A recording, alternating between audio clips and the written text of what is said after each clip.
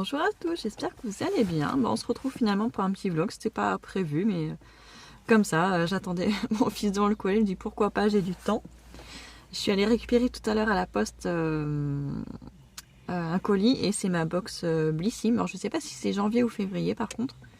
Je suis allée sur leur site justement avant-hier pour savoir où est-ce que c'en était, parce que j'avais commandé le mois dernier et je voyais rien arriver. Et sur leur site ça avait l'air d'être celle de février. Et après, tout à l'heure, quand j'ai reçu un mail ce matin, il me demandait ce que j'avais pensé de ma box de janvier. Donc du coup, j'ai un doute. Donc je verrai quand je l'ouvrirai tout à l'heure avec vous, je pense. Et j'ai l'impression que 2023 commence mal pour moi. Je sais pas pour vous, mais alors moi, j'ai l'impression que c'est galère sur galère. Le mois dernier, j'ai cassé mon téléphone. Normalement, mon téléphone, j'ai une coque vraiment qui protège l'avant et l'arrière. Et malheureusement, quand je veux filmer avec le téléphone, je suis obligée d'enlever la coque pour pouvoir la mettre sur le support. Et mon fils a joué avec ma housse. Et du coup, je sais pas où est-ce qu'il l'a mise. Et du coup, ça fait déjà plus d'un mois. Et à force de ne pas avoir ma housse, un jour, je suis allée récupérer un colis à la poste. J'avais mon téléphone dans la poche de mon manteau. Et malheureusement, mon nouveau manteau, ma poche n'est pas du tout profonde. Et du coup, il a glissé. Et sur les trottoirs, ça pardonne pas, l'écran s'est éclaté. Donc il avait un protège-écran, mais le protège-écran s'est brisé. Et on voit que l'écran en dessous est aussi brisé. Ce qui m'agace beaucoup parce que en plus ce téléphone-là, je l'ai eu, ça fait qu'1 an que je l'ai. Alors que le précédent, j'avais gardé 6 ans. Donc je suis un peu dégoûtée, elle est vraiment brisée de chez brisée. On voit que le protège-écran dessus se décolle de plus en plus, donc je vais avoir plein de petits morceaux d'écran qui vont se barrer. En plus l'année dernière il était tombé en panne juste 1 mois et demi ou un truc comme ça après que je l'ai eu, donc heureusement il y avait la garantie, mais bon là on peut rien y faire. Et changer d'écran, il faut que je me renseigne, mais je pense que ça va coûter aussi cher que le téléphone. Donc je suis vraiment vraiment dégoûtée parce que j'ai franchement pas envie de racheter un téléphone maintenant, donc puis je commençais à peine à m'habituer à celui-ci parce que c'est un Google. Alors qu'avant j'étais sur Samsung, donc j'étais habituée au Samsung. Là je suis passée au Google Pixel. En fait c'est un peu le même système que les iPhones. C'est-à-dire que tout est verrouillé, j'ai pas de carte SIM dedans, donc tout ce que je dois sauvegarder, faut le faire sur Google ou sur un autre truc. Enfin, ah là, j'ai vraiment pas envie de changer de téléphone, donc je sais pas comment je vais faire pour celui-ci. Après ça fonctionne, mais c'est vraiment pas esthétique. Et je n'ai toujours pas retrouvé ma housse. Je sais pas ce que mon fils en a fait. Franchement, je l'ai cherché partout dans la maison. Je ne la trouve pas. Pourtant, elle est quand même assez voyante, elle est rouge, mais bon. Un jour, je la retrouverai. Mais malheureusement, il est cassé. En plus de ça, je suis tombée en panne avec ma voiture en début de semaine. Ça faisait 6 ans et demi que je l'avais. Elle n'était jamais tombée en panne. Et là, j'ai eu vraiment peur. Mais bon, apparemment, j'ai eu le garage tout à l'heure. Ils ont trouvé la panne et c'était pas grand chose, c'était juste une bougie de préchauffage. Mais vu que le voyant moteur s'est allumé, ça aurait pu être plus grave. Donc c'est pas grave, donc je vais aller la récupérer en fin de journée. Donc normalement ça sera réglé, j'espère que ce sera la dernière galère.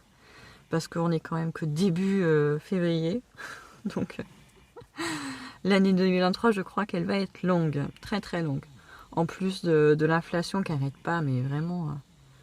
quand je vois le prix des œufs, juste pour des œufs, les premiers prix top budget, ils sont à 2 € presque pour 10 œufs. Donc voilà, on sait même plus ce qu'on va pouvoir manger dans quelques mois, parce que franchement, l'idéal c'est d'avoir un espace pour avoir des poules et un potager, mais on peut pas tous avoir ça. Et puis même si on a l'espace, on sait pas tous entretenir un jardin. J'ai beau depuis des années essayer de cultiver quelques trucs, et des fois ça marche, des fois ça marche pas. Donc c'est un peu au petit bonheur la chance. Mais bon, c'est pas très grave. En tout cas aujourd'hui on a un grand soleil. Ce matin il faisait très très froid, on avait -2. Et là cet après-midi il fait chaud, j'ai pu enfin boire un café sur la terrasse.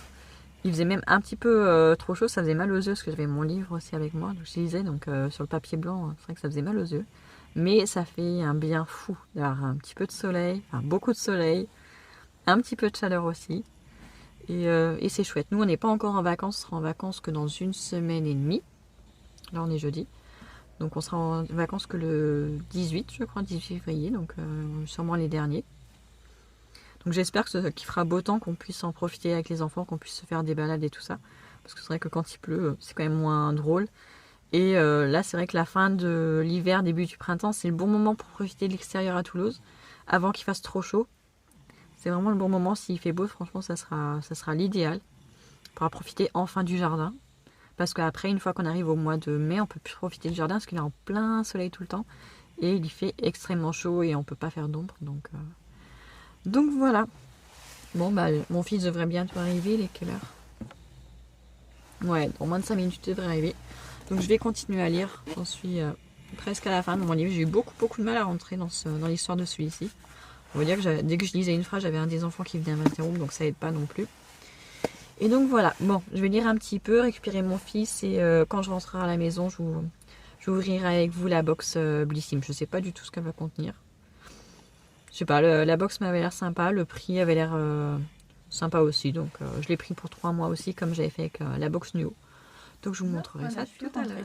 Donc comme promis, je vous ouvre la box Blissim. Je vous mettrai comme d'habitude mon lien de parrainage en dessous. Là, je sais pas ce qu'il y a en parrainage. Je crois que je vais peut-être dire une bêtise. Je crois qu'ils vous offrent 3 €, hein, quelque chose comme ça. Alors, c'est une jolie boîte. Elle est toute petite. Et contrairement à la Nuo Box, en plus de la boîte, vous avez un carton d'emballage pour l'envoi. Donc, c'est une jolie boîte avec des petits cœurs. Donc, je pense que c'est de la box de février alors. Pour la Saint-Valentin, je pense. Alors. Il y a pas mal de choses dedans. Je pensais qu'il y avait que 4 ou 5 trucs, mais ça a l'air plus fourni que ça. Love Story, une vague d'amour déferle sur votre box. Donc il y a un QR code à scanner pour savoir, pour en connaître plus sur les produits.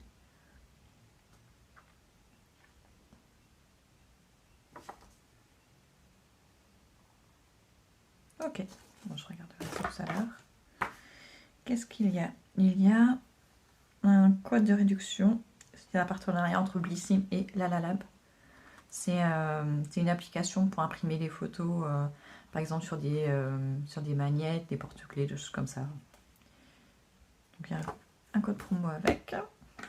Pour avoir quoi? 20 tirages photos offerts. Mais bon, si vous pouvez. Si ça fait comme je ne sais plus quel site où ils vous offrent, je ne sais plus, je crois que c'est 20 tirages de photos par mois, mais ils font payer des frais de port à 7 €, je crois, ou un truc comme ça. Enfin, c'est pas du tout intéressant. Alors, qu'est-ce que je prends en premier? J'ai, je vais vous montrer, Reboost, crème fraîcheur hydratante de la marque Clarins, je sais pas. Et ça fait 15 ml pour les peaux normales. Crème fraîcheur hydratante, je sais pas, crème fraîcheur, je verrai plus pour l'été. Là, il fait encore froid. Ah, il y a une opercule.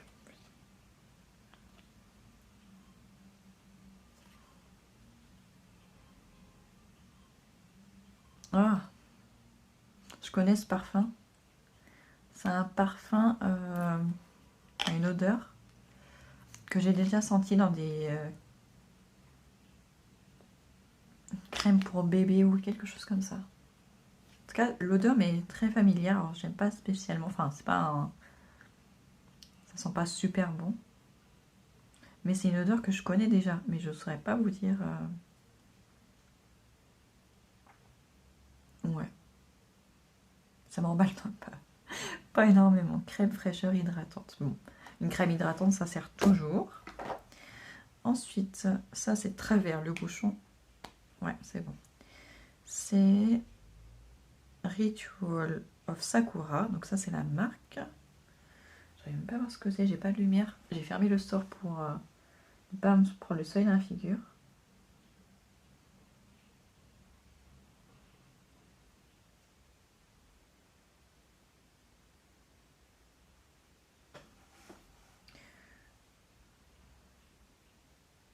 C'est une brume pour les cheveux et le corps. Est-ce qu'il y a un parfum Cherry Blossom à la cerise peut-être? Ouais.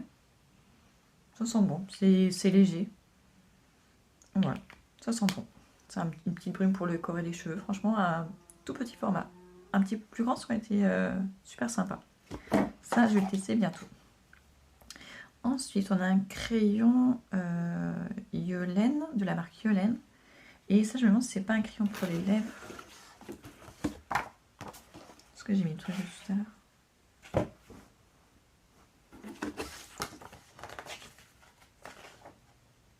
Ouais, c'est ça. C'est un crayon à lèvres. Il a plusieurs teintes. Et moi, j'ai la teinte nude. Oui, c'est ça. J'avais reçu un mail de la part du Blissim où il demandait de choisir la teinte. Enfin, soit on pouvait choisir, soit on pouvait leur demander de choisir à eux. Moi, j'avais choisi la teinte la plus claire, vu que j'ai la peau très claire. Et donc, j'ai pris la teinte nude. Nude café crème. Donc, c'est une marque française. Ouais, c'est une marque française. Voilà, un petit crayon à lèvres. J'ai pas l'habitude d'en utiliser, donc ça va être une première pour moi.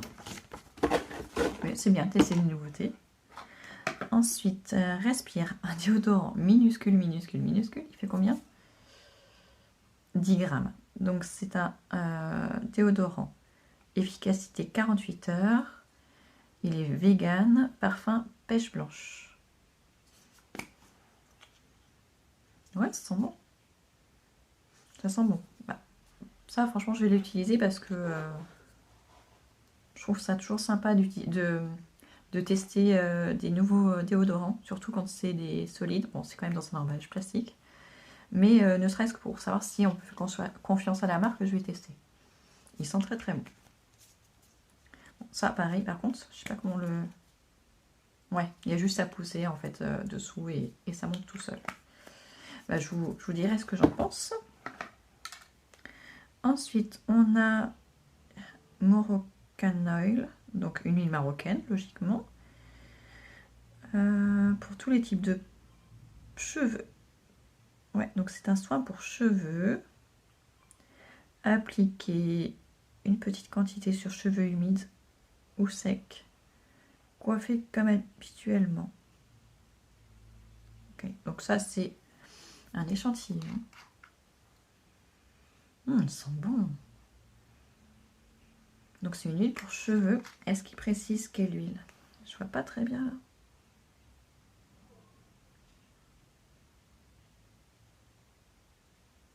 L'huile d'argan, c'est ça. Je vois qu'il y a de l'huile d'argan, j'arrive pas à voir s'il y a d'autres huiles. Mais oui, l'argan, c'est top pour les cheveux, à la fois pour les cheveux et pour la peau. Et normalement, si je me trompe pas, si je dis pas de bêtises, l'arganier est un arbre qui ne pousse que au Maroc. Donc c'est pour ça que je pense que ça s'appelle Moroccan Oil. Donc voilà, je connaissais pas la marque, donc franchement je suis contente. Je sais pas où est-ce que c'est fait. Non, c'est en France. Fabriqué en Israël, ce qui est très dommage. Donc c'est un produit qui est censé être un produit marocain, mais qui est fabriqué en Israël. Et on a après l'adresse du distributeur en France. Mais elles sont très très bons. Et vous savez que moi j'aime beaucoup l'huile pour les cheveux. Enfin, vous le savez peut-être pas. Mais j'utilise souvent de l'huile pour mes cheveux. Et cheveux des filles aussi. Donc franchement, ça je vais tester très bientôt. Et ça m'a l'air d'être des patchs pour les yeux. Ah oui, c'est ça. Et il faudra scanner le QR code pour savoir comment les utiliser. Ouais. Pour le coup, c'est quand même dommage de ne pas avoir un fascicule comme avec la Nuobox où ils nous disent comment utiliser les produits directs. Parce que si c'était vraiment pour économiser du papier, ils nous auraient pas imprimé carrément ça. Ils auraient juste mis un petit carte avec le QR code, sauf que là, il y a déjà un livret. Donc autant mettre directement l'utilisation des produits dessus, mais bon. Écoutez, c'est pas grave. Donc j'irai voir. J'irai voir comment ça s'utilise. Je sais pas si c'est pour faire des gonflés, s'il faut les mettre au frais. Je vous dirai ça plus tard, ou alors je vous le mettrai sur l'écran si je le fais d'ici le montage de la vidéo. En tout cas, ils sont roses, avec un petit peu de paillettes. Moi, je vais laisser dans leur sachet pour l'instant. Bah écoutez, pour une nouvelle box, je crois que c'est Je crois que je l'ai payé autour de 15 euros. Enfin, pas la première. La première était à 1 euro. Ouais, c'est ça. La première, elle m'est revenue à 1 euro, mais je crois que normalement, c'est 15 euros par mois. Bon, rien que l'huile, en général, ça coûte très très cher, surtout l'huile d'argan. Le déodorant Respire, même si c'est un échantillon, je sais que la marque Respire coûte cher. Le crayon à lèvres, aucune idée. Franchement, je sais pas. La brume pour le corps et les cheveux de la marque Katie Worth. Même si c'est un échantillon, je pense que ça va coûter un petit peu. Ouais. Franchement, j'aime tout ce qu'il y a dedans. Enfin, la seule déception à la rigueur, c'est la crème fraîcheur hydratante. Pour peau normale. Parce qu'en plus, enfin, j'aime pas l'odeur. Moi, ça me fait vraiment passer à une crème, mais j'arrive pas à me souvenir de laquelle. J'avais dû... Ah, si. Si, je me souviens. L'année dernière, à la pharmacie, je sais plus... Enfin, j'étais allée souvent à la pharmacie à cause des enfants. Et une fois, la pharmacienne m'avait mis plein d'échantillons de crème pour le visage dans le sachet. J'avais essayé. Et en effet, il y en avait un tout petit de la marque Clarins. Et c'est exactement la même odeur. C'est pas une odeur que j'affectionne spécialement, mais ça servira. Plus le froid, on a besoin d'hydratation. Donc voilà, voilà. Bon, je sais pas si vous êtes abonné, vous, à la box Blissim. Dites-moi si c'est le cas et si vous l'avez trouvée intéressante. Moi, pour une première, je trouve que c'est plutôt sympa. Je me suis abonnée pour 3 mois. Ouais, c'est ça, pour 3 mois. Donc après, j'aurai mars et avril. Voilà, bon, je vous laisse pour l'instant et je vous reprends. Bah, c'est bon, j'ai récupéré ma voiture. C'était vraiment pas grand-chose. Mais bon, rien que le diagnostic est plus cher que la pièce. Donc j'ai trouvé ça hyper abusé. Mais malheureusement, bah, il n'y a pas le choix. En espérant que ce soit le seul pépin de voiture cette année. Et bien sûr, bah, j'y suis allée avant qu'ils ferment. Donc j'ai récupéré les enfants, je les ai déposés à la maison. Et je suis allée récupérer ma voiture. Sauf que aller de là où j'habite au garage en pleine heure de pointe de débauche et tout ça, franchement, c'est vraiment pas le bon moment. C'est bouché comme pas possible. C'est bouché à l'aller. C'est bouché au retour. Après, je suis bientôt à la fin, mais on est arrêté, quoi. Il n'y a pas 36 000 solutions. Sachant qu'hier aussi, il y a une partie, la route que je prends pour aller au collège était fermée hier après-midi. On était mercredi après-midi. Et en fait, il y a eu un gros accident qui a bloqué la route tout l'après-midi. L'accident a eu lieu vers 13h30. Et quand j'ai voulu y passer à 18h, la route était toujours bouchée, les pompiers étaient toujours sur place en train d'essayer de désincarcérer les personnes qui étaient prises au piège de leur voiture. Il y a eu au moins 3 morts. Il y avait 2 morts sur le coup, les 2 passagers. En fait, c'est 2 voitures qui se sont rentrées l'une dans l'autre. Et je sais pas comment ils s'y sont pris parce que là où ça s'est passé, c'est en ligne droite, c'est dégagé. Je sais qu'une des 2 voitures a voulu doubler une auto-école et... je vois pas comment elle a pu ne pas voir la voiture en face. Je trouve ça bizarre. C'était une grosse cylindrée, donc peut-être que la vitesse était en cause. Mais donc ça a été assez violent hein, comme accident. Ça a bloqué la route tout l'après-midi.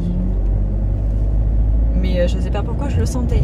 Lundi, quand j'ai emmené mon fils au collège, tout le monde faisait n'importe quoi sur la route.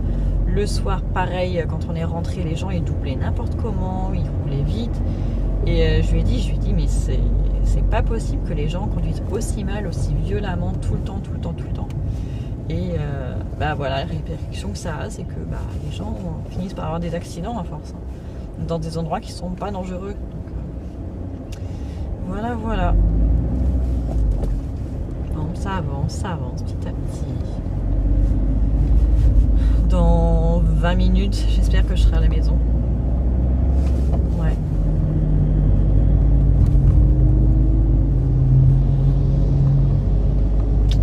Ouais, j'espère que dans 20 minutes, ça devrait être bon. Allez, et puis bah, je vous reprendrai sûrement que demain. Ouais, je reprendrai demain. Bonjour à tous, j'espère que vous allez bien. Je vous retrouve le lendemain.